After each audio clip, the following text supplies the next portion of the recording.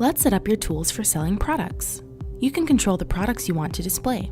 Choose to display all of your products, a single product category, products with specific tags, or custom products.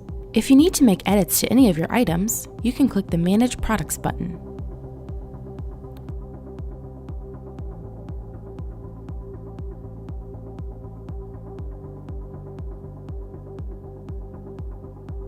Once you've set up your products, choose your layout.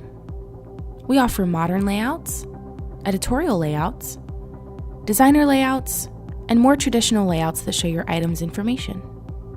Select the layout that works best for you. Before you save your layout, make sure to set your rows and columns depending on how many items you want to show in the block. Your rows are horizontal while your columns are vertical. You can add a last item link to your products too. You can use it to show off text, load more items, or as a link.